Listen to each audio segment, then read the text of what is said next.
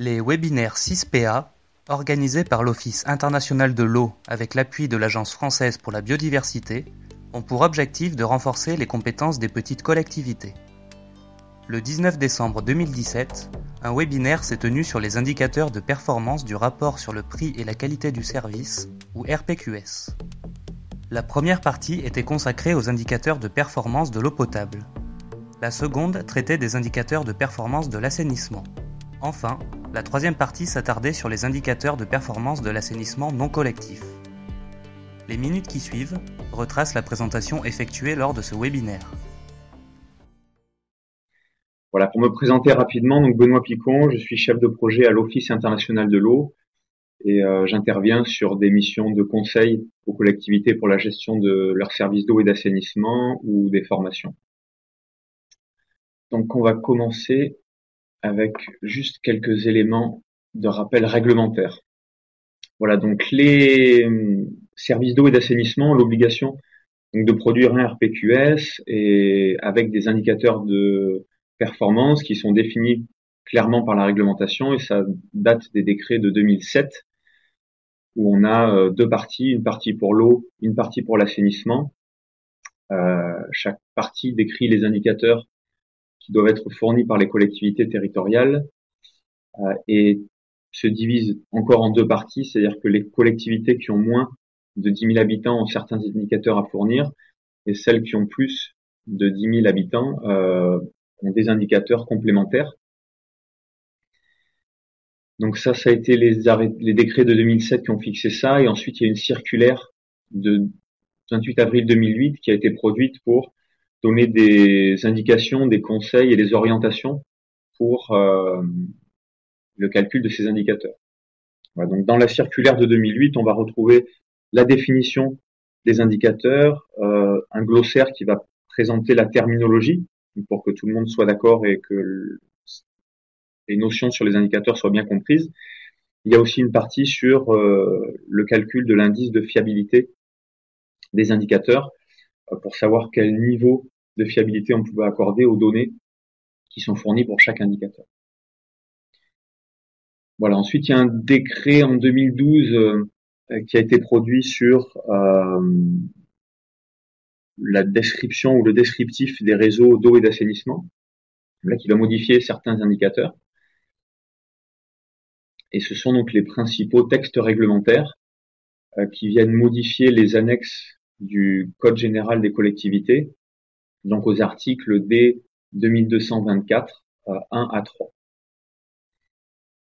Donc tous ces textes réglementaires, vous pouvez les retrouver sur Légifrance.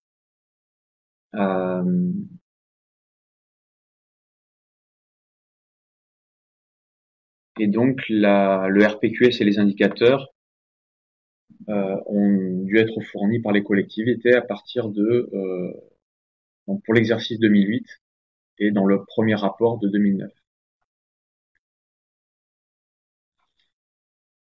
Voilà, donc dans les indicateurs, il y a deux catégories. Il y a les indicateurs donc on appelle descriptifs du service, donc qui vont être là pour présenter un petit peu le contexte du service et son évolution. Et ensuite des indicateurs plus axés sur la performance.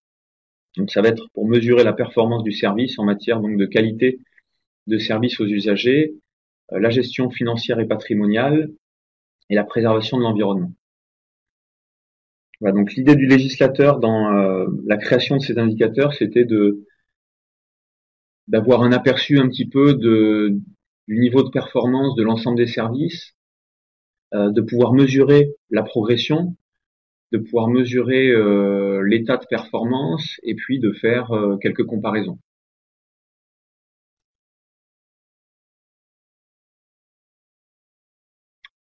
Donc, on a sur Internet donc un site qui s'appelle Service Eau France, que je vous recommande vraiment de consulter. Vous l'avez peut-être déjà fait, et qui présente une fiche détaillée pour chaque indicateur. Voilà, donc c'est vraiment la Bible pour le calcul des indicateurs de performance, puisque on a pour l'eau potable, pour l'assainissement ou pour l'assainissement non collectif, une fiche très détaillée qui précise la définition le calcul et qui donne des recommandations sur l'établissement des indicateurs. On y retrouve aussi des questions qui ont été posées par des utilisateurs et donc ça permet peut-être de retrouver des préoccupations qui sont les vôtres. Donc c'est vrai que c'est un site vraiment de référence et ressources pour toute personne qui doit calculer les indicateurs et qui se pose des questions sur les données à utiliser ou le mode de calcul. Voilà, on peut télécharger les fiches qui concernent les indicateurs de performance pour pouvoir les travailler ensuite tranquillement chez soi. Donc on va démarrer avec les indicateurs de performance du service d'eau potable. Donc comme je disais, il y a deux niveaux d'indicateurs. Il y a une liste d'indicateurs pour ce qui a été nommé les petits services, donc qui n'ont pas de commission consultative des services publics locaux. Donc toutes les communes ou inférieures à 10 000 habitants. Donc on va retrouver la liste des indicateurs qui sont là, donc des données sur la qualité de l'eau qui est distribuée. Ensuite des données sur l'indice de connaissance de la gestion du patrimoine et de connaissance du patrimoine lui-même. Voilà des indicateurs sur le rendement de réseau avec trois indicateurs pour le rendement, donc le rendement lui-même, donc qui se calcule en pourcentage, et ensuite ce qu'on appelle des indices linéaires. Voilà. Et ensuite, on a deux derniers indicateurs, un sur le taux de renouvellement des réseaux d'eau potable et un dernier sur la protection de la ressource. Voilà. Ensuite, on a une série d'autres indicateurs qui vont un petit peu plus dans le détail, notamment sur des aspects financiers, mais qui sont pour les services d'une taille un petit peu supérieure. Et aujourd'hui, vu que le webinaire était destiné plutôt aux petits services, on va se limiter aux 7 premiers indicateurs qui sont notés là. Voilà, qu'on va balayer un par un.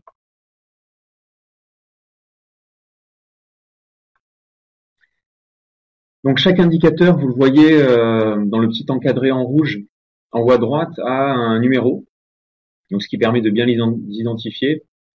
Donc le premier indicateur pour l'eau potable, donc c'est le P101.1. Donc c'est l'indicateur sur le niveau qui va permettre de mesurer le niveau de la qualité de l'eau qui est distribuée.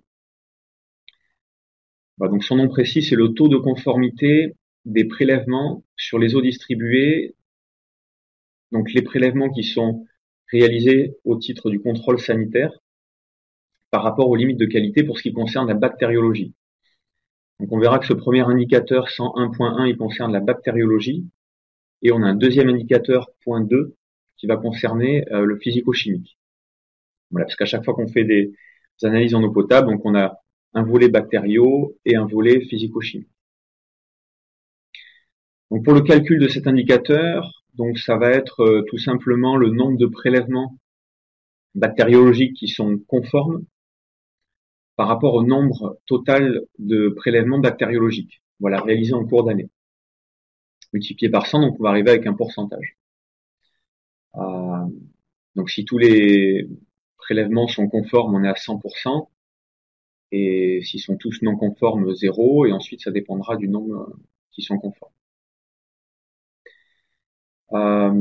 Donc ce qui est important là de savoir, c'est que dans le nombre de prélèvements qu'on doit prendre en compte, on doit inclure les prélèvements qui sont réalisés donc par l'ARS, Agence régionale de la santé, et par l'opérateur, qui fait des prélèvements dans le cadre de son autosurveillance.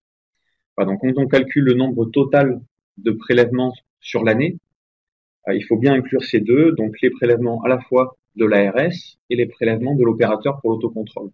Voilà, ça permet de définir le nombre total. Et ensuite, il y a une règle qui s'applique aux services de moins de 5000 habitants ou qui distribuent moins de 1000 mètres cubes par jour, où là, donc c'est pas un pourcentage, mais il faut juste fournir le nombre de prélèvements qui ont été réalisés et indiquer le nombre de prélèvements qui ont été conformes. Voilà, parce qu'on comprend bien que sur les petits services, par exemple, s'il y a deux prélèvements qui ont été faits et qu'il y en a un qui est mauvais, on a un indicateur, ça fera un indicateur de 50%. et c'est pas très représentatif par rapport aux services qui ont beaucoup plus de prélèvements, et donc avec une erreur qui sont peut-être à 90 ou 80%, mais pas à 50. Donc c'est pour ça qu'il y a cette règle spécifique pour les petits services. Voilà, et la référence, donc, c'est l'année civile, donc c'est le nombre de prélèvements réalisés sur l'année.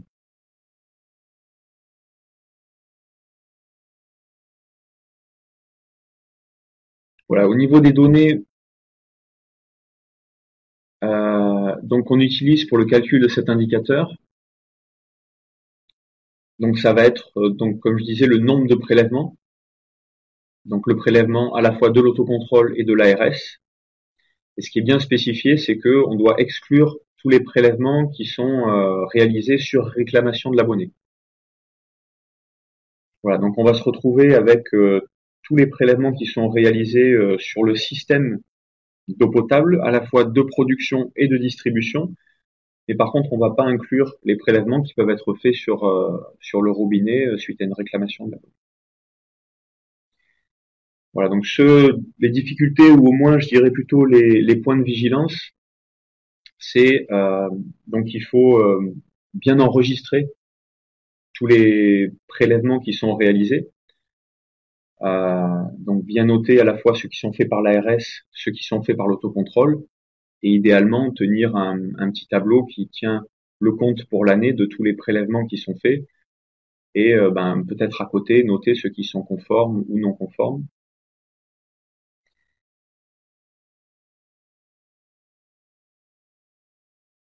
Et ensuite, au niveau des volumes qu'on considère, donc c'est bien les prélèvements sur son système de production et de distribution. Donc par exemple, si on achète de l'eau, on va pas considérer les prélèvements qui sont réalisés par le producteur d'eau.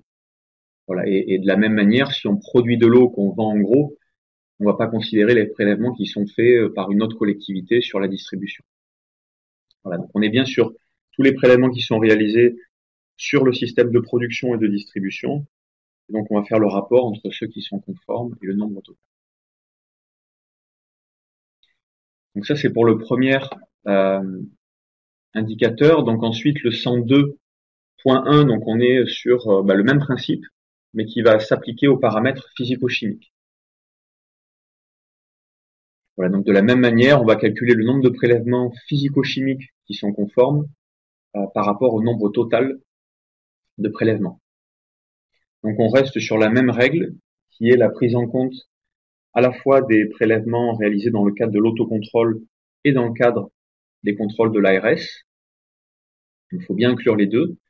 On n'inclut toujours pas ceux qui sont faits sur demande ou réclamation de l'abonné.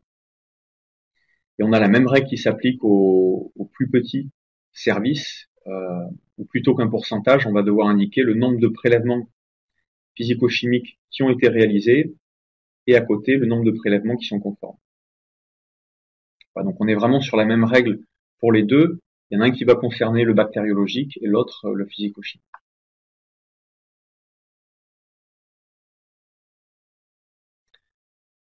Voilà, donc ça c'était les premiers indicateurs qui concernent la qualité de l'eau. Vous pouvez aussi vous baser sur les informations qui sont transmises avec les factures d'eau potable, où il y a une communication généralement une fois par an sur la qualité de l'eau.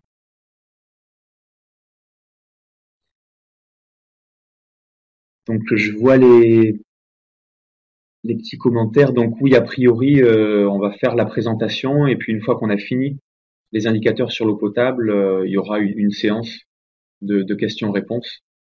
Vous pourriez les poser par écrit, et puis on répondra au fur et à mesure. Voilà, donc le deuxième indicateur, c'est la connaissance de la gestion patrimoniale des réseaux d'eau potable. Donc il y avait une définition qui a été produite avant l'arrêté de 2013. Il faut bien faire attention de prendre les nouvelles règles de calcul et la nouvelle définition. Mais si vous allez sur le site Service Eau France, donc vous avez cette nouvelle règle qui est très bien indiquée.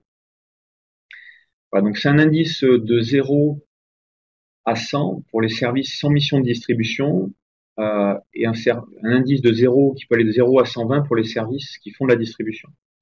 Voilà, donc l'idée générale, c'est de savoir au niveau des collectivités quel niveau de connaissance on a au niveau du patrimoine, parce qu'on se rend compte que globalement, il y a un enjeu très important de renouvellement du patrimoine d'eau potable et d'eau usée en France, avec des enjeux financiers considérables. Et globalement, si on veut avoir une politique de gestion patrimoniale efficace, il faut qu'on ait avant tout une bonne connaissance de son patrimoine. Donc c'est le sens de cet indicateur pour pousser un peu les collectivités à progresser sur la connaissance de leur patrimoine d'eau potable. Donc on a plusieurs parties pour le calcul de cet indice. Donc une première partie qui va concerner l'inventaire et la mise à jour des plans. Donc c'est un calcul sur 15 points. Donc il y a 10 premiers points qui vont être attribués si il y a l'existence d'un plan des réseaux de transport et de distribution d'eau, qui mentionne donc à la fois les captages, les stations de traitement et de pompage, les réservoirs, les dispositifs principaux de comptage et bien sûr les réseaux. Voilà. Donc s'il y a ces plans de réseau avec ces indications, il y a 10 points qui sont attribués. Donc ça peut être à ce stade-là sous format papier ou sous format informatique. On obtient les 10 points à partir du moment où on a ces plans de réseau avec les indications qui sont mentionnées. Voilà. On a 5 points supplémentaires s'il y a une procédure pour la mise à jour des plans. Voilà, une mise à jour annuelle, donc ça peut être une procédure écrite ou une procédure qui est appliquée de manière systématique chaque année. L'idée, c'est on comprend bien qu'un réseau d'eau, il va évoluer, il va y avoir des travaux d'extension, de renforcement, de modification. Donc si on veut avoir une bonne connaissance de son patrimoine, il faut que les plans soient à jour. Donc ça va être la mise à jour de ces plans qu'il faut faire systématiquement. Donc cette première partie sur 15 points, ça concerne donc les plans et leur mise à jour. Voilà, on a une deuxième partie qui va ne s'appliquer que si on a obtenu les 15 points de la première partie, donc si on a des plans de réseau. Donc cette partie B, il y a plusieurs indications, donc on va un petit peu plus dans le détail, et on donne 10 points. On a 10 points. Donc si on a un inventaire des réseaux avec des indications sur le linéaire et notamment sur la nature et le diamètre des réseaux. Voilà, l'idée aussi c'est pour avoir une bonne connaissance des réseaux et pour faire un plan de renouvellement qui soit pertinent, il faut qu'on ait une connaissance de la nature des matériaux parce que ça a un impact sur la durée de vie. Donc pour cet indicateur, si pour la moitié, 50% du linéaire, on a une connaissance sur la nature des matériaux et le diamètre, on obtient les 10 points.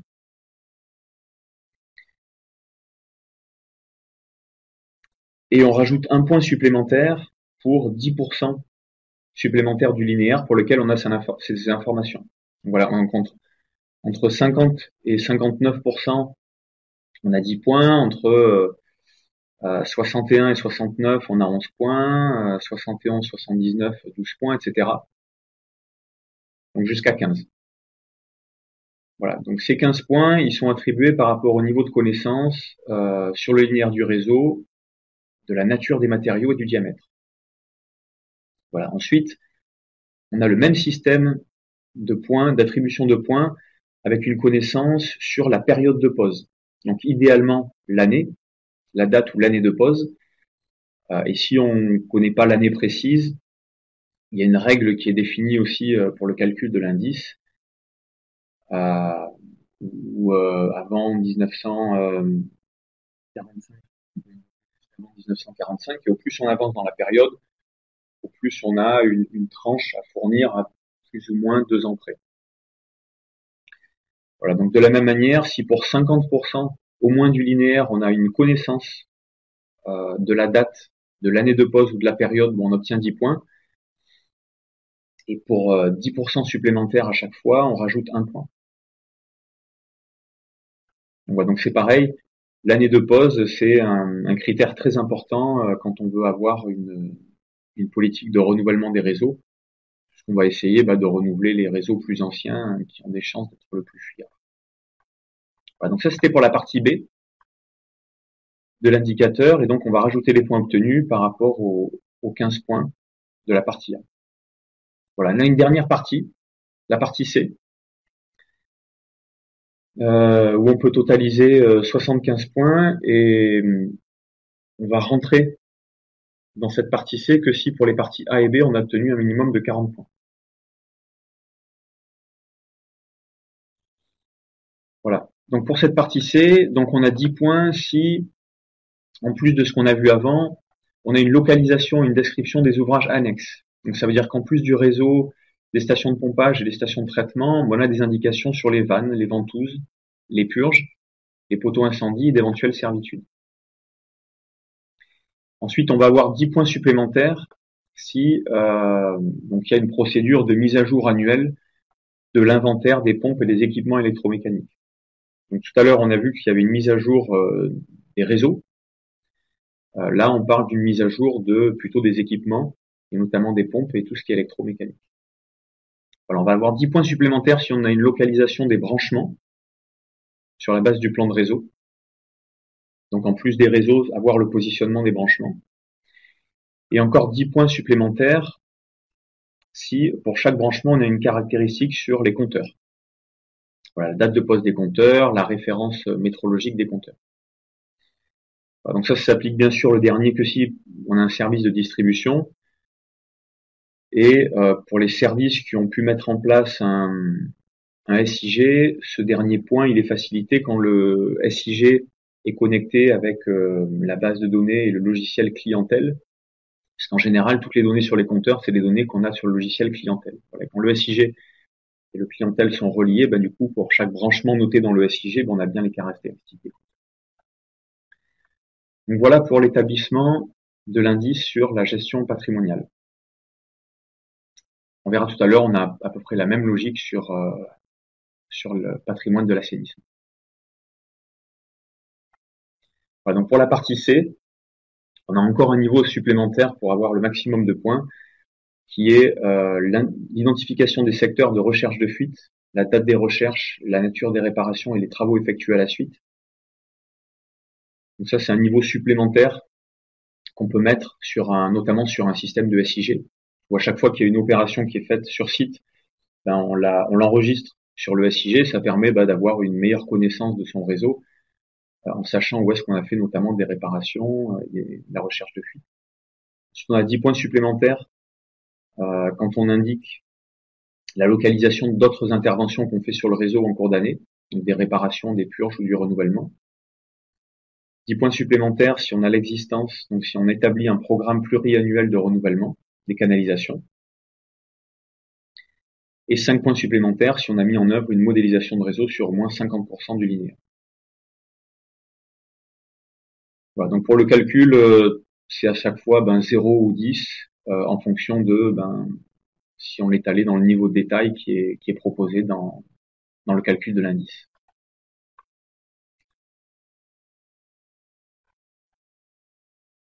Donc si on poursuit, l'indicateur suivant, donc c'est l'indicateur sur le rendement de réseau de distribution, 104.3.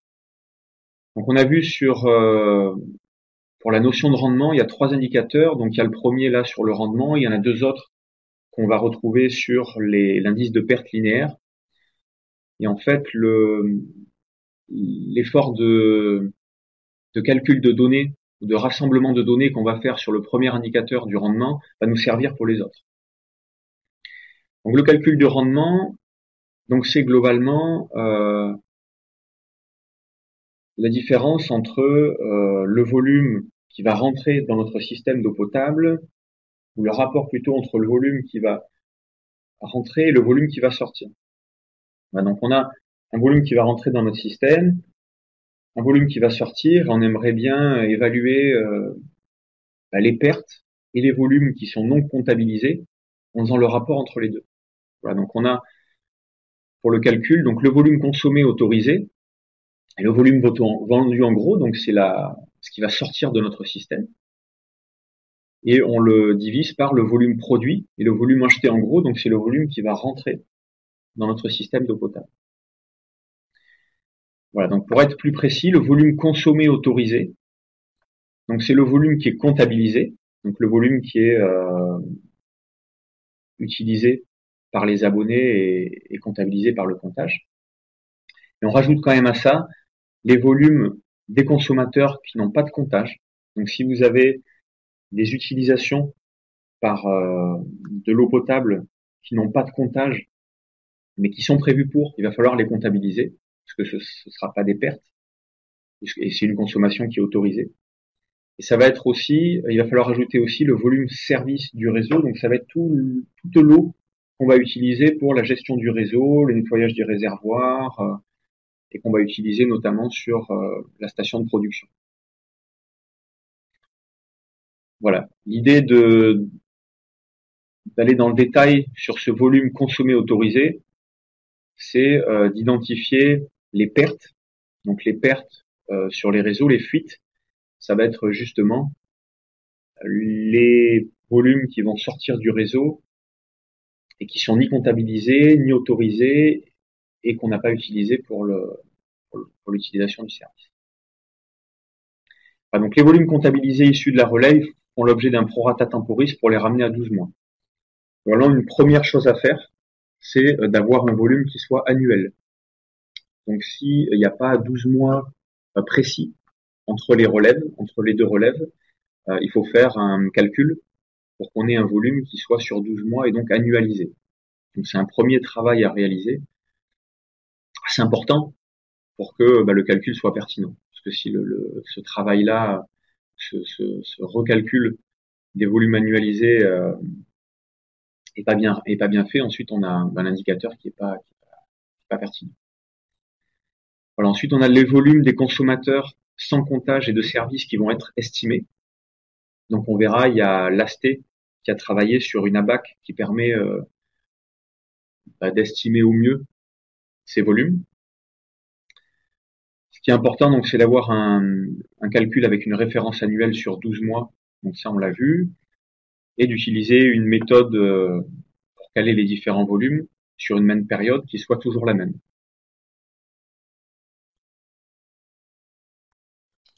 Excusez-moi, Voilà, donc le je rendement me permets d'intervenir, Benoît. Il faudrait que tu accélères un petit peu parce qu'il est 10h30. D'accord, On ait le temps de passer aux questions après. d'accord. Bon, ça marche. Comme je l'ai dit, ça va vraiment être la partie la plus longue, l'eau potable, parce qu'il y a à la fois les indicateurs plus complexes et il y en a plus que sur les autres. Voilà, donc on passera un peu moins. Enfin, les autres normalement, ça devrait aller plus vite et c'est vrai que pour cela, c'est un peu plus long, mais je vais aller plus vite et comme ça, on pourra cibler sur les questions qui vous intéressent. Donc le rendement de réseau, donc volume consommé sur volume mis en distribution. Donc le volume consommé, on l'a dit tout à l'heure, donc c'est le volume autorisé et les volumes vendus à d'autres services. Et consommé autorisé, ça va être le volume comptabilisé sur le comptage des abonnés, le volume consommateur sans comptage et le volume de service. Voilà. Et mise en distribution, donc ça va être ce qui est produit par le service et aussi ce qui est acheté. Au niveau des données nécessaires, donc ça va être les différents volumes comptabilisés. Donc produits comptés, achetés, vendus, donc ça va être mesuré par des compteurs. Et ensuite les différents volumes non comptés, donc là où il va falloir faire un travail quand même d'estimation assez important en plus parce qu'il faudra être en connexion avec plusieurs services. Alors c'est un travail important, mais c'est un travail, si on le fait une année, globalement, on va pouvoir l'utiliser les années suivantes, donc c'est un travail à faire une fois. Voilà, la difficulté ou les points de vigilance, donc ça va être la fiabilité des mesures de comptage. Donc globalement, on va avoir des volumes pertinents et fiables que si on a des compteurs qui sont de bonne qualité et qui fonctionnent bien. Donc vérifier l'état du parc compteur, c'est important. Il va falloir prendre en compte aussi le cas des dégrèvements quand on retraite les volumes vendus. Donc bien faire attention de prendre les volumes avant dégrèvement et pas après. Et ensuite au niveau de la période et durée des relèves, donc on fait un retraitement de la conso pour être sur une période de 12 mois. C'est pareil, il faut être assez vigilant sur le calcul qui est réalisé. Voilà, dernier point, donc il y a un travail à faire sur l'estimation des volumes autorisés mais qui sont non comptés. Voilà, donc je parlais de cette ABAC tout à l'heure, donc c'est quelque chose qu'on retrouve aussi sur le site Eau France. Donc l'AST a produit ce tableau qui permet d'estimer au mieux les volumes qui sont non comptés mais qui sont autorisés. Donc on va retrouver tous les volumes liés au poteau incendie et aux manœuvres incendie, tous les volumes utilisés par les espaces verts, les fontaines, le lavage de la voirie et les chasses d'eau sur le réseau d'assainissement. Voilà, donc il y a une méthode d'estimation à chaque fois qui permet d'arriver à un ordre de grandeur. Donc l'objectif, c'est pas d'être à la virgule près, mais d'avoir quand même un ordre de grandeur et surtout d'être sûr d'avoir pris en compte ces volumes, parce que si on les prend pas en compte, on peut avoir un rendement de réseau qui est faible. On va penser que c'est des pertes sur le réseau, et en fait, c'est pas forcément des pertes, mais ça va être ces volumes qui sont autorisés, dont on sait qu'on utilise l'eau, mais qui sont non comptés parce qu'on n'a pas de comptage. Voilà, et ensuite la deuxième catégorie, c'est les volumes qui sont utilisés sur le réseau et les stations de traitement. Donc il va y avoir le nettoyage des réservoirs, les désinfections après travaux, les purges et lavages de conduite, et ensuite les surpresseurs et les analyseurs de pleurs. Éventuellement d'autres consommations qui peuvent être sur les stations de production d'eau. Donc il y a un travail important à faire d'estimation, mais comme je disais, c'est à faire une seule fois, et il faut se mettre en contact avec l'ensemble des services qui sont utilisateurs de l'eau. Donc ça va être le service incendie, le service espace vert, le service voirie, et les services techniques ensuite pour le nettoyage des réservoirs, les purges, lavage de conduite, etc.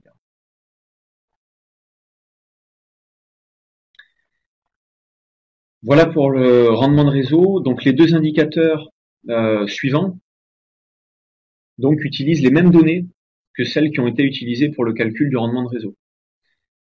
Voilà, le législateur, il a voulu en plus du rendement de réseau rajouter ce qu'on appelle l'indice linéaire de perte, parce que globalement, un service qui va perdre 1000 mètres cubes par jour, on comprend que si c'est sur 10 km de réseau ou 100 km de réseau, ça va pas être le même niveau de performance, parce que globalement, plus on a de canalisation, plus on a de linéaire, plus on a de chances d'avoir des pertes sur le réseau. Donc c'est pour ça qu'on a rajouté cet indicateur qui donne un élément intéressant de comparaison et de performance. Donc pour le calcul, donc ça va être le volume mis en distribution moins le volume comptabilisé. Et on va diviser par la longueur du réseau et 365 puisque ça va être des mètres cubes par jour et par kilomètre. Voilà, donc ce premier indicateur, la 105.3, c'est sur les volumes non comptés. On va voir que le suivant, c'est sur les pertes en réseau. Donc la différence, c'est que les volumes non comptés vont inclure les pertes plus les volumes autorisés mais qui sont non comptés. Et sur le suivant, on va se focaliser sur les pertes. Voilà, donc pour le calcul, on utilise les mêmes données que pour le rendement de réseau. Donc ça va être les volumes comptabilisés issus de la relève, ramenés à 12 mois. Et ensuite, les volumes comptabilisés, c'est les mêmes données qu'on utilise pour le rendement de réseau. Donc la seule donnée en plus qu'il va falloir obtenir, c'est la longueur du réseau, la longueur totale du réseau. Voilà, et de la même manière, donc pour l'indice linéaire des pertes sur réseau, donc le calcul, ça va être le volume mis en distribution moins le volume consommé autorisé. Donc ça veut dire qu'on focalise sur les pertes, puisqu'on enlève du volume mis en distribution, ce qui est à la fois consommé et compté, et ce qui est consommé et autorisé, donc estimé. Voilà, et on divise encore par la longueur du réseau et 365, puisque c'est un indice mètres cubes par jour et par kilomètre. Voilà, on pourra revenir plus en détail si vous avez des questions sur ces indicateurs. Donc l'indicateur suivant, donc c'est le taux moyen de renouvellement des réseaux d'eau potable. Donc celui-là, on le comprend bien, hein, c'est pour mesurer en fait l'effort des services d'eau pour renouveler leur réseau d'eau potable. Donc ça va être un calcul assez simple, c'est la longueur cumulée du linéaire de canalisé renouvelé sur les 5 dernières années. Donc on divise par 5 pour ramener sur une base annuelle et on divise par la longueur totale du réseau pour que ce soit un pourcentage. Voilà, quelques petites choses à savoir. Donc c'est que la longueur des branchements n'est pas prise en compte dans le calcul de l'indicateur. Ensuite, le linéaire du réseau. Donc s'il évolue dans l'année, on prend celui du 31 décembre de l'année. Et pour le linéaire qui est renouvelé, donc on prend bien sûr en compte les opérations de renouvellement. Tout ce qui va être le remplacement de canalisation à l'occasion de renforcement. Donc on va renforcer, donc mettre des canalisations plus grosses mais neuves. Donc a priori, en étant la durée de vie, c'est comme du renouvellement. Et ensuite, on n'inclut pas les interventions ponctuelles, donc ça va être les réparations sur les fuites. Voilà, donc il faut savoir que par rapport à ce taux moyen de renouvellement, un objectif satisfaisant, c'est d'obtenir, d'aller jusqu'à 1%. Voilà, juste pour avoir un ordre d'idée. Donc l'indicateur suivant, 108.3, donc c'est l'avancement de la protection de la ressource. Donc là, il y a un système de calcul en pourcentage en fonction du niveau d'avancement de la démarche administrative et opérationnelle, donc pour la protection des points de prélèvement d'où provient l'eau potable. Donc il y a une procédure administrative qui est définie dans la réglementation, qui permet d'aller jusqu'à un arrêté préfectoral. Donc pour la protection de la ressource, et on va avoir un pourcentage en fonction de l'avancement de cette procédure. Voilà, donc si on n'a aucune action, bien sûr, c'est 0. Si on a des études environnementales, hydrologiques qui sont en cours, donc on a 20%. Si on a obtenu l'avis d'un hydrogéologue agréé, donc on a 40%. Un dossier qui est déposé en préfecture, 50%. L'arrêté préfectoral, 60%. Si l'arrêté préfectoral a complètement été mis en œuvre au niveau des servitudes, des terrains acquis, donc on est à 80%. Ensuite, on obtient 100%, donc s'il y a une procédure de suivi de l'application de l'arrêté. Voilà, donc là, c'est assez simple en fonction du niveau de l'avancement, de là où vous en êtes. Bon, il y a un pourcentage qui est obtenu. Voilà, le dernier indicateur 109, donc c'est le montant des abandons de créances. Donc la définition, c'est l'abandon de créances à caractère social sur les factures d'eau ou versement au fonds de solidarité donc départemental, divisé par l'ensemble des volumes facturés. Voilà, donc les données nécessaires, donc ça va être les abandons de créances et les versements qu'on a fait au FSL. Donc en général, c'est la part eau potable de l'opérateur et de la collectivité et les redevances prélèvements sur lequel on a fait un abandon de créance. Et l'autre donnée qu'il faut, donc, c'est le montant total des factures de l'année. Voilà, donc le plus dur à réaliser pour calculer cet indicateur, c'est uniquement de faire un suivi assez précis des abandons de créances. En général, c'est fait lors de délibération.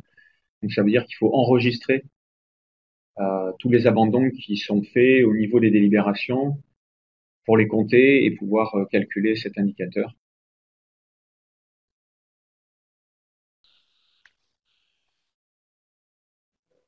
Donc sur l'assainissement, on va retrouver le même principe avec deux catégories d'indicateurs descriptifs, donc pour présenter le service, son évolution, et les indicateurs plutôt axés sur la performance.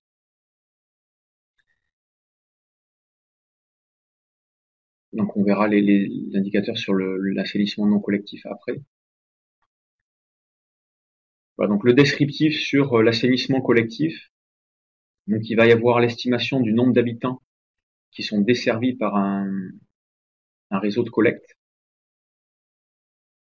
Donc là, ça va être la population donc qui est desservie.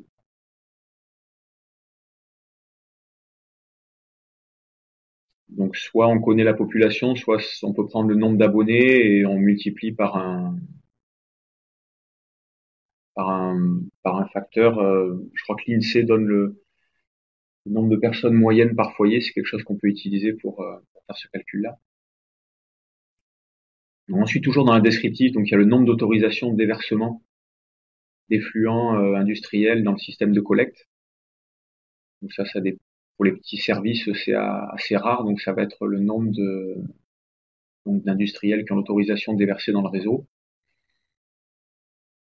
Voilà, ensuite la quantité de boue issue des ouvrages d'épuration, et ensuite le prix du service. Voilà. Donc ça va être juste des indications descriptives sur lesquelles il n'y a pas de calcul à réaliser.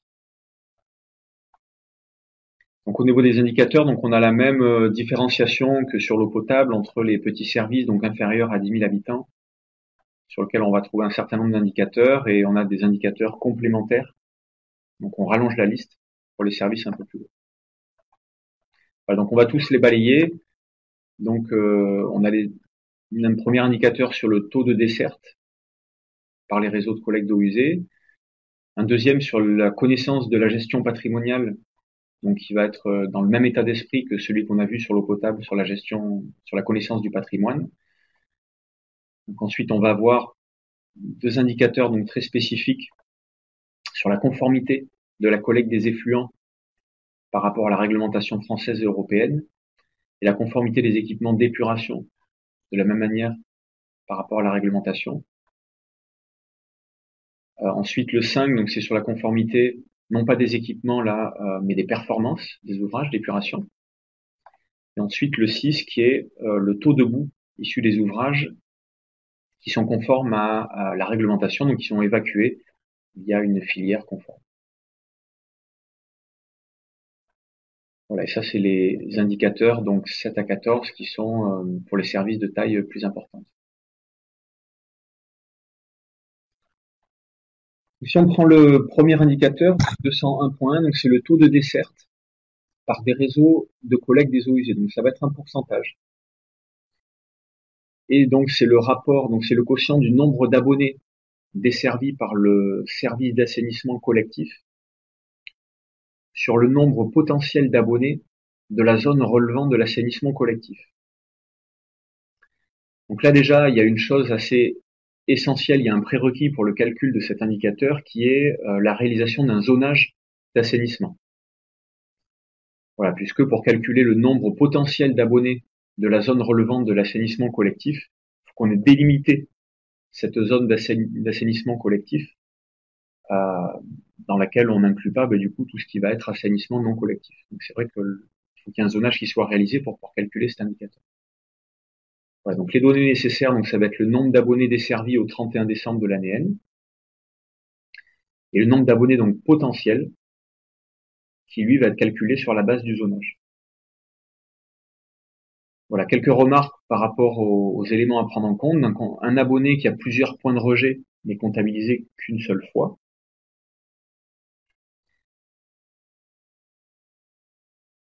Un abonné est dit desservi lorsqu'il bénéficie d'une boîte de branchement. Donc, ça, c'est pour dire qu'à partir du moment où le service d'assainissement a tiré un réseau, a réalisé une boîte de branchement, même si l'abonné n'est pas connecté parce qu'il n'a pas voulu, le service a fait son devoir et on considère que l'abonné a été desservi. Voilà, c'est notamment le cas pour les extensions ou pour les personnes qui sont en ANC et qui veulent pas toujours se raccorder, même si le service a fait l'effort de tirer le réseau d'assainissement jusque devant la propriété. Voilà, et donc le nombre d'abonnés potentiels, lui, est déterminé à partir des documents de zonage. Dans le zonage, donc il y a une partie assainissement collectif et une zone d'ANC, donc il faut bien exclure la zone d'ANC, et puis évaluer le nombre d'abonnés qui est sur la zone d'assainissement collectif. Donc voilà les éléments pour calculer le taux de desserte. Ensuite, c'est un taux qui va pouvoir évoluer chaque année en fonction des travaux, des extensions, de l'évolution du système d'assainissement. Donc, il faut bien le réactualiser annuellement. Il faut bien réactualiser donc deux choses. Le nombre d'abonnés du service, mais ça c'est facile puisque vous l'avez sur votre facturation, sur base de données facturation. Mais réactualiser aussi annuellement le nombre d'abonnés potentiels. Et donc là, ça va dépendre des documents d'urbanisme.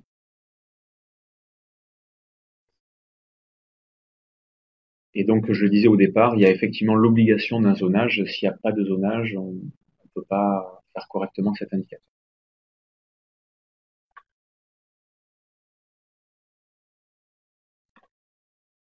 Donc le deuxième indicateur, sa définition se base sur le même arrêté de décembre 2013 que pour l'eau potable.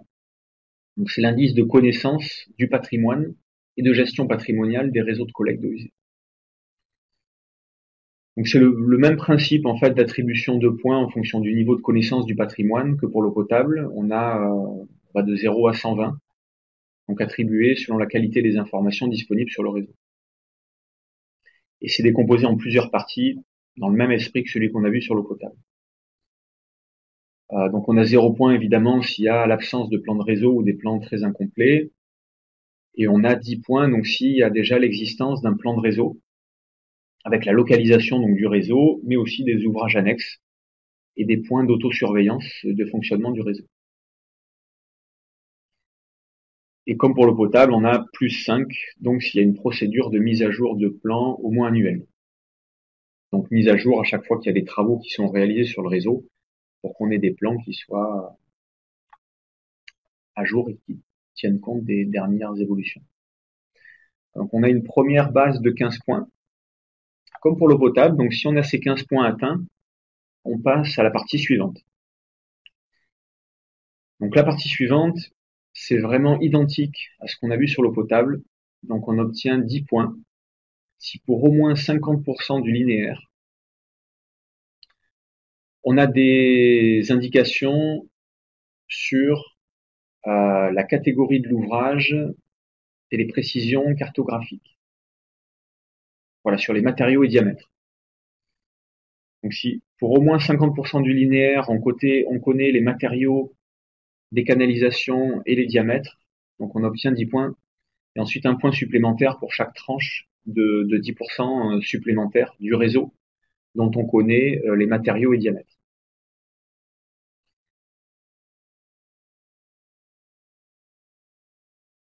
Voilà, de la même manière que pour l'eau potable, donc on a ensuite la prise en compte de la date ou de la période de pause. Donc on a 10 points supplémentaires si pour au moins 50% du linéaire, on connaît la date de pause ou la période de pause des canalisations. Et un point supplémentaire pour au-delà de 50, chaque tranche de 10%. Voilà, donc là, c'est vraiment similaire au calcul de l'eau potable. Et donc on s'intéresse à la fois à la date de pose des canalisations pour connaître l'ancienneté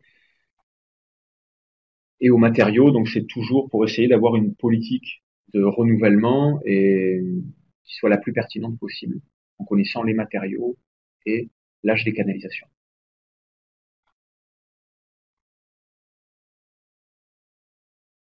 Voilà, donc là on a des notions pour obtenir des plans supplémentaires qui diffèrent cette fois-ci un petit peu de l'eau potable. Parce que pour l'assainissement, une donnée aussi qui est importante, c'est l'altimétrie des canalisations.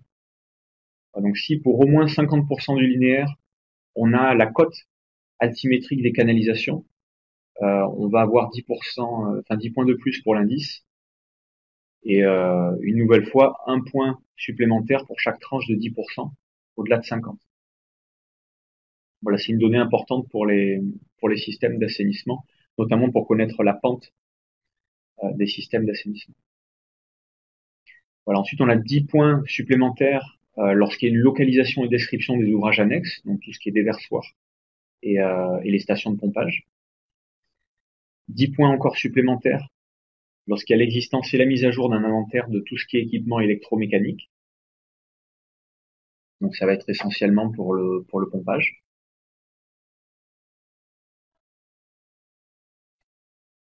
« 10 points supplémentaires quand il y a un plan ou un inventaire du nombre de branchements par tronçon. Donc ce qu'on appelle tronçon, c'est les tronçons de réseau. Donc ça va être la localisation des branchements de façon idéale, ou à minima, pour un tronçon déterminé, la connaissance du nombre de branchements qui sont sur ce tronçon. Donc pour toutes ces données, c'est un travail qui est, on va dire, facile à réaliser avec un système de SIG un petit peu plus difficile avec des plans papier. Donc c'est vrai que le législateur, à travers cet indice, a voulu pousser les services d'eau et d'assainissement à moderniser un peu leur gestion patrimoniale, et notamment par la mise en place de services de systèmes tels que les SIG. Voilà, donc on obtient 10 points supplémentaires si on a un inventaire et la localisation des interventions et les travaux qu'on a pu faire sur le réseau. Donc pour l'assainissement, il va y avoir le curage curatif, mais on peut aussi rajouter le curage préventif. Voilà. Les interventions de désobstruction, les réhabilitations, etc. Donc 10 points supplémentaires, là c'est comme pour l'eau potable, si on a un programme pluriannuel de renouvellement, donc qui est tout en bas, et 10 points supplémentaires si on a un programme pluriannuel d'enquête et d'auscultation du réseau. Voilà, donc on considère que pour la bonne gestion d'un réseau d'assainissement, il y a une partie contrôle de réseau qu'il faut faire régulièrement, donc ça va être de contrôler ce qui passe dans le réseau, est-ce qu'il y a des eaux pluviales, est-ce qu'il y a des déversements, donc ça va être une partie inspection de l'état des réseaux, donc qui peut se matérialiser par des contrôles visuels. Et ensuite, ça peut aller un peu plus loin avec des contrôles via des tests à la fumée ou des contrôles avec des passages de caméra.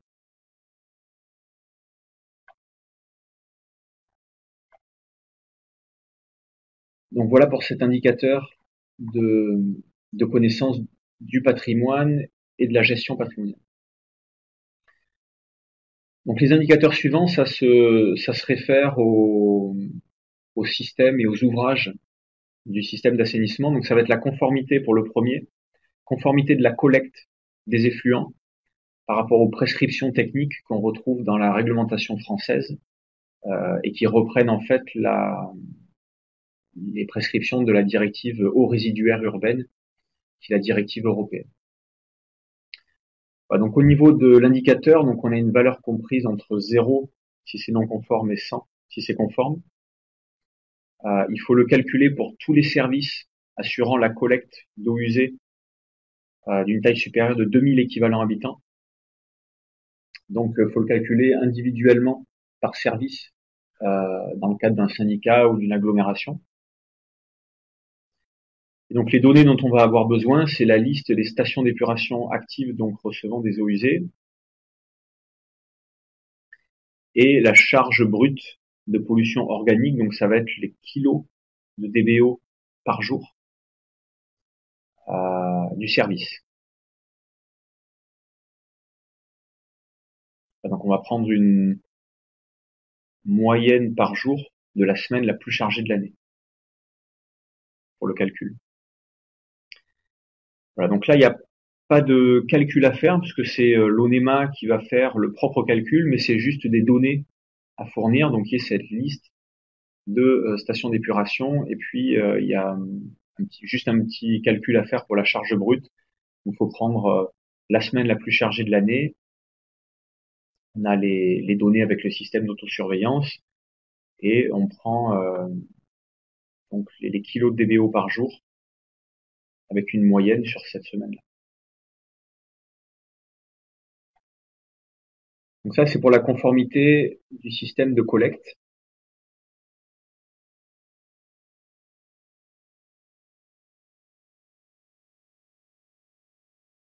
Donc si la règle de calcul, donc s'il n'y a pas de système de collecte, donc par système de collecte, autant pour moi, donc il y a 0 si c'est non conforme, 100 si c'est conforme. Donc il y a deux conditions à remplir. C'est l'absence de rejet du réseau de collecte par temps sec. Voilà, donc il faut que le réseau par temps sec d'assainissement soit capable de faire circuler toutes les eaux usées sans déversement. Donc on considère qu'il peut y avoir des déversements en temps de pluie, mais pas par temps sec. Et en cas de rejet diffus, donc existence d'un programme de prévention des fuites. Donc l'idée, ça va être via cet indicateur de vérifier qu'on limite les déversements dans le milieu naturel au niveau du réseau d'assainissement.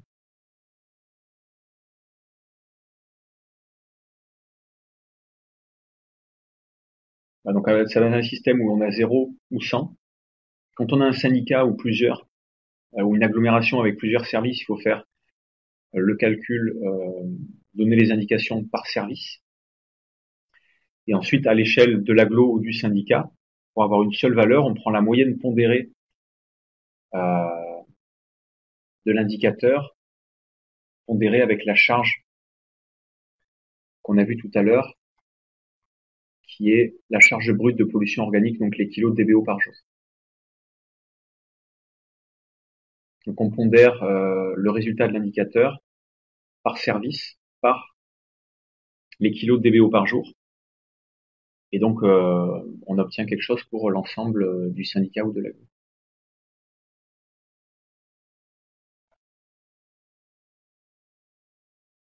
Voilà une remarque en bas. Donc pour arriver à avoir les données nécessaires, ça nécessite de mettre en place l'autosurveillance, bon, qui est une obligation réglementaire, pour mesurer notamment sur le réseau les déversements dans le milieu naturel, qui peut se faire sur tous les points sur tous les déversoirs.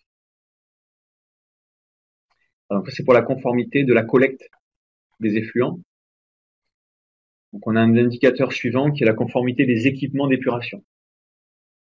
Donc il va plutôt être centré sur les stations alors que l'indicateur précédent était sur le réseau.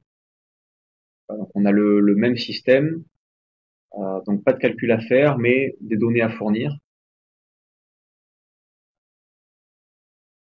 Donc on a 0, on va entre 0 et 100, 0 si c'est non conforme, 100 si c'est conforme. Et pareil, c'est calculé pour tous les services propriétaires d'une station d'épuration au sein d'une agglo de plus de 2000 équivalents habitants. Donc les données qu'il faut fournir et qui sont nécessaires, donc ça va être la charge brute de pollution organique, donc les kilos de DBO par jour sur le périmètre de l'agglomération, la liste des stations d'épuration actives recevant des eaux usées. Donc ça, on l'obtient avec c'est des données qu'on obtient avec les arrêtés d'autorisation de rejet. Ensuite, les exigences d'épuration des divers éléments de la pollution, donc ça va être la matière organique, l'azote et le phosphore. Donc ça, c'est les données qu'on retrouve sur les arrêtés d'autorisation. La matière organique, ça va être la DBO, la DCO, et ensuite l'azote et le phosphore, donc qui sont des valeurs qui sont dans les arrêtés d'autorisation de rejet.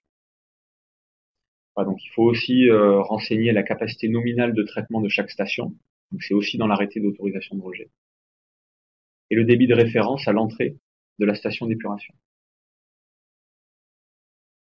Voilà, donc toutes ces données, la plupart sont présentes dans les arrêtés d'autorisation de rejet et il faut les renseigner pour le calcul de cet indicateur. Voilà, donc la règle de calcul, donc conforme 0, conforme 100, donc on va avoir une conformité si les ouvrages sont dimensionnés pour assurer à la fois le traitement du débit de référence et puis le traitement de la charge brute de pollution en fonction de la zone concernée, donc si c'est sensible ou non sensible.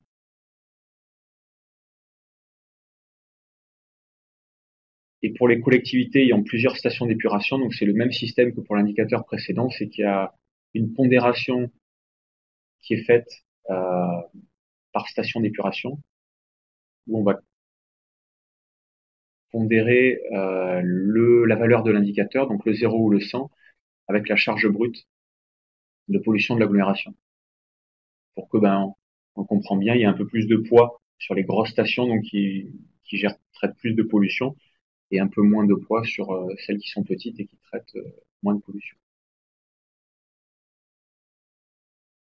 Voilà, donc les données, les éléments nécessaires pour fournir toutes les informations, donc ça va être bien sûr les autorisations de rejet, les arrêtés, donc vous avez quasiment toutes les informations dessus. Et ensuite, donc, faut qu'il y ait l'autosurveillance qui soit mise en place pour qu'on puisse avoir les résultats de l'autosurveillance sur les ouvrages d'épuration.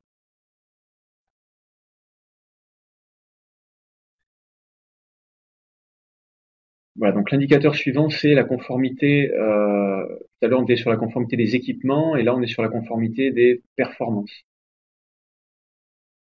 Voilà, donc toujours de la même manière, c'est 0 ou 100, et c'est pour les stations supérieures à 2000 équivalents habitant.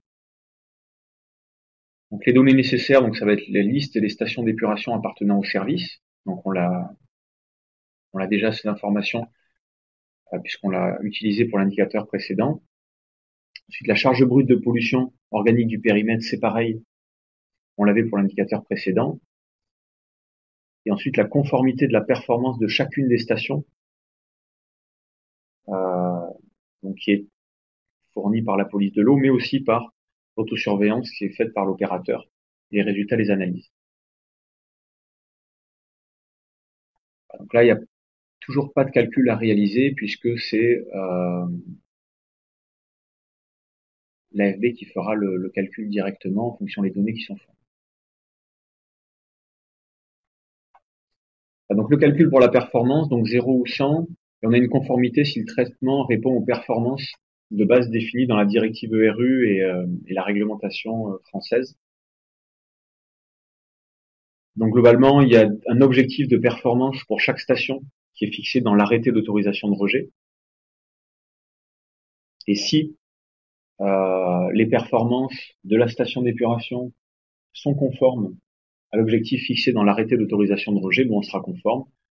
Et puis si c'est pas le cas, donc on sera non conforme. Donc là, on peut se baser sur les données de la police de l'eau. Et pour les collectivités dans plusieurs stations d'épuration, c'est toujours le même principe donc de pondération en fonction du résultat pour chaque station et de la charge polluante organique. Voilà, juste quelques remarques en bas. Donc les stations d'épuration n'appartenant pas au service ne sont pas prises en compte. Donc si on a un service qui assure uniquement la collecte et qui envoie ses eaux usées vers un service voisin qui assure le traitement, la station du service voisin n'est pas prise en compte. Et les petites stations inférieures à 2000 équivalents ne sont pas non plus prises en compte. Voilà, il y a quelques cas particuliers. Donc, s'il y a un rejet direct, forcément, la conformité, on est non conforme puisqu'il n'y a pas de station de traitement, donc on est à 0. Et ce que je disais, donc, s'il y a un service qui assure uniquement la collecte, les effluents sont rejetés dans un autre service, donc la station n'est pas prise en compte dans cet indicateur.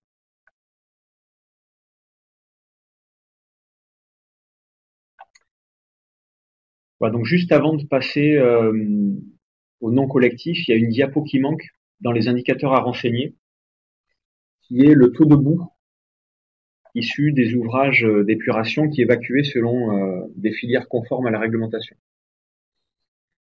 Donc c'est un taux, donc c'est un pourcentage, et donc le calcul de cet indicateur, ça va être les tonnes de matière sèche totale qui sont admises en filière conforme, qu'on va diviser par les tonnes de matière sèche totale des boues évacuées. Voilà, donc on va regarder le volume, non, plutôt les tonnes, le tonnage total de boues qui sont évacuées par le service. Et sur ce tonnage, on va regarder ce qui est évacué vers des filières conformes ou non conformes. Donc on va faire le rapport entre le conforme et le volume total. Voilà, donc tout ce qu'il faut pour pouvoir faire ça, c'est connaître quelles sont les filières conformes. Donc on va retrouver tout ce qui est valorisation agricole, le compostage, l'incinération et les décharges agréées. Donc pour des petits services, en général, j'ai tendance à dire que ça va être 0 ou 100, puisqu'il y a souvent une seule destination pour les boues. Donc si la destination est conforme, on va être à 100%, si elle n'est pas conforme, on va être à 0. Voilà, donc c'est le dernier indicateur à calculer, qui est ce taux d'évacuation des boues vers des filières conformes.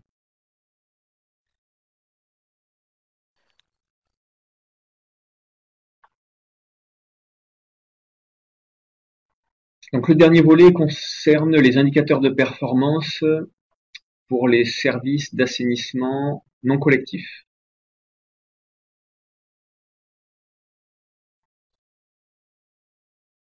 Donc le premier indicateur pour les services d'assainissement non collectif, donc les SPANC, ça va être donc le D301.0. Donc ça va être le nombre de personnes desservies par le service, donc y compris les résidents saisonniers, dans une zone d'assainissement non collectif.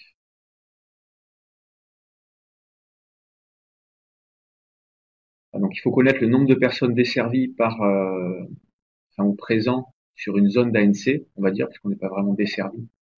Donc le nombre de personnes qui est présent sur une zone d'ANC, la population permanente du territoire et la population située donc en zone d'assainissement collectif.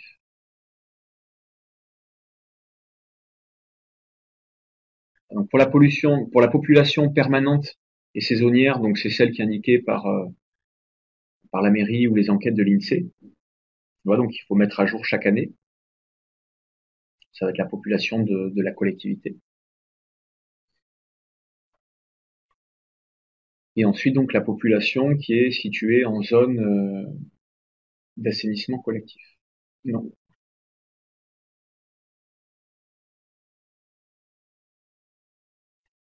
Donc quelques remarques. Si on a un service qui a plusieurs communes, donc ça va être des données qui sont présentées par commune, puis au total. Donc il faudra préciser si le service d'ANC ne dessert qu'une partie de commune, mais en général le service s'applique à l'ensemble d'une collectivité.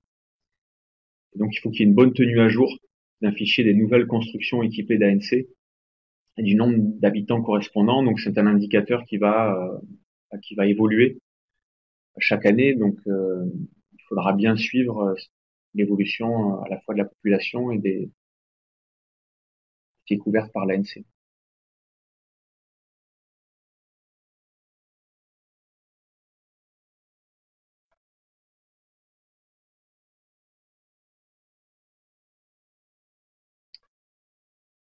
Voilà, juste pour revenir donc au nombre d'habitants desservis par le SPANC. Donc il y a plusieurs manières de l'établir.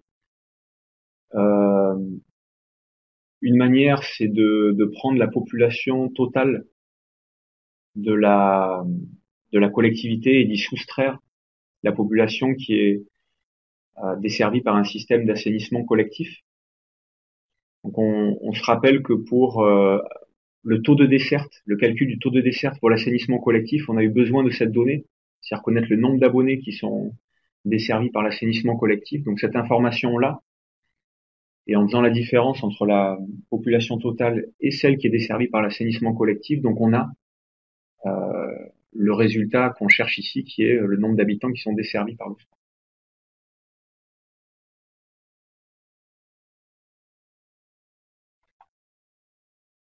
Voilà, donc ensuite, le deuxième indicateur, donc ça va être la mise en œuvre, l'indice de mise en œuvre de l'assainissement non collectif. Donc là, on a un indice qui va de 0 à 140 et qui va évoluer en fonction de l'avancement de la mise en œuvre. Donc on retrouve les prescriptions de la réglementation et on va avoir une valeur de plus en plus importante en fonction de l'avancement de la mise en œuvre du SPANC. Donc on a 20 points si on a une délimitation des zones d'assainissement non collectif par délibération. Donc on retrouve ici l'obligation de zonage qui est présente dans la réglementation et dont on a besoin aussi pour le calcul de certains indicateurs de l'assainissement. Donc c'est vraiment quelque chose d'essentiel à réaliser. Ensuite, on a 20 points supplémentaires si on a l'application d'un règlement du SPANC approuvé par délibération. Donc il y a un règlement à établir pour le SPANC au même titre qu'un règlement pour l'eau potable, pour les services d'eau potable ou les services d'assainissement. Donc il doit passer aussi en délibération et être communiqué aux usagers. Donc on a 30 points supplémentaires si on a mis en place la vérification de conception et d'exécution des nouvelles installations. Donc c'est une des obligations réglementaires du SPANC de réaliser pour toute nouvelle construction de système d'ANC un contrôle de la conception avant sur plan et ensuite de réalisation, donc en allant sur place pour vérifier que l'installation est bien conforme, bien réalisée à ce qui était prévu. Donc les 30 points supplémentaires pour la mise en œuvre donc du diagnostic de bon fonctionnement et d'entretien des installations. Donc c'est aussi la deuxième obligation, on va dire, réglementaire du SPANC, c'est même sa principale activité, de réaliser le diagnostic des installations existantes, bon fonctionnement des installations existantes. Donc ça c'est pour les éléments obligatoires, et ensuite donc pour le calcul de l'indicateur, le législateur il a rajouté les éléments facultatifs qui vont un peu plus loin que la réglementation. Donc on rajoute 10 points s'il y a l'existence d'un service capable d'assurer l'entretien des installations, 20 points si le service est capable d'assurer des travaux de réalisation ou de réhabilitation d'installations, donc pour la construction et l'installation de nouvelles installations d'ANC. Et 10 points encore supplémentaires si le service est en mesure d'assurer le traitement des matières de vidange.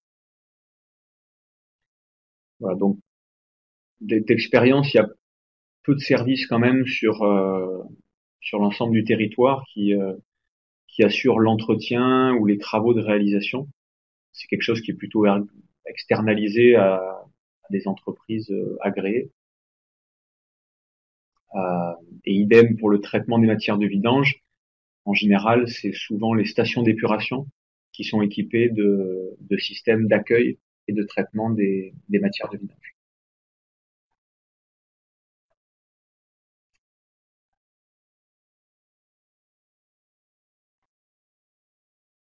Donc l'indicateur suivant, 301.3, donc ça va être le taux de conformité des dispositifs d'assainissement collectif, non collectif. Donc pareil, ça va être un pourcentage. Et on va retrouver ici le nombre d'installations contrôlées qui sont conformes à la réglementation, divisé par le nombre total d'installations contrôlées depuis la création du SPANC.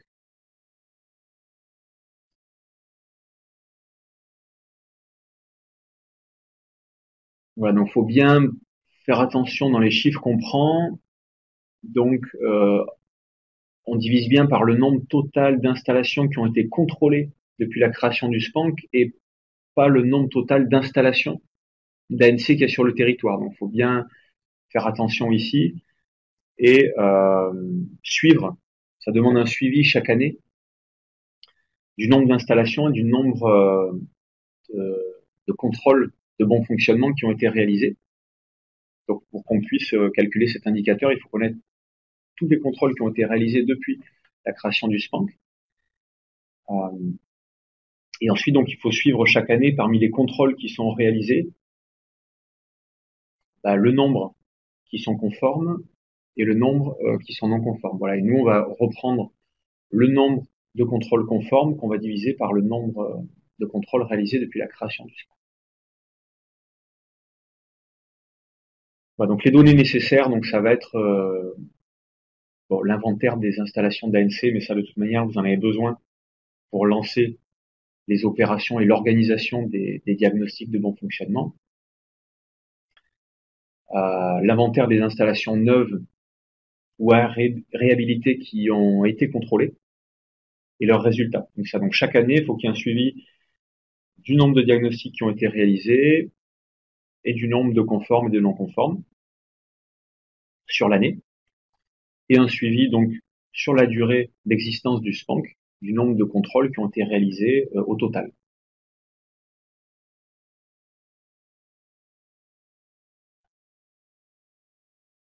Voilà, donc l'idée de cet indicateur, c'est de voir un petit peu sur l'ensemble des contrôles qui sont réalisés, quelle proportion d'installations on a qui sont conformes et non conformes, et de comparer ça aussi sur le territoire pour avoir une première évaluation de ce qu'on trouve, au niveau des installations d'ANC dont on n'avait pas la connaissance avant la création du SPANC et son intervention et ses contrôles. Voilà, donc là c'est ce que je disais, donc les remarques donc tenues à jour de l'inventaire, connaissance des mises en conformité. Donc, il faut bien avoir un suivi des contrôles réalisés depuis la création du SPANC et prendre en compte à la fois, donc un détail important, c'est qu'on prend en compte à la fois les contrôles qui sont réalisés sur l'existant, mais aussi sur le neuf, ou le réhabiliter. Voilà pour le calcul de l'indicateur.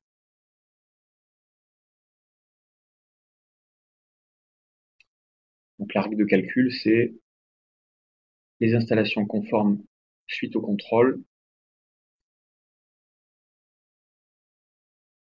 Et on inclut dans les installations conformes, donc celles ne présentant pas de danger pour la santé des personnes ou risque avéré de pollution.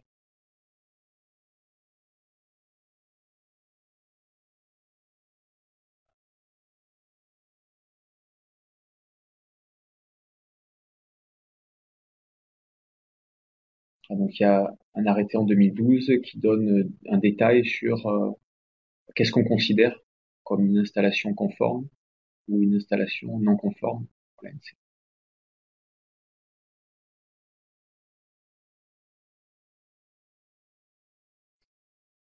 Voilà, donc c'était le dernier indicateur, donc il y en a 3 pour l'assainissement non collectif. Et donc on a couvert sur la présentation donc l'ensemble des indicateurs pour les services d'eau potable, d'assainissement collectif et d'assainissement non collectif. Donc ils doivent être renseignés par des petits services, donc pour des collectivités inférieures à 10 000 habitants.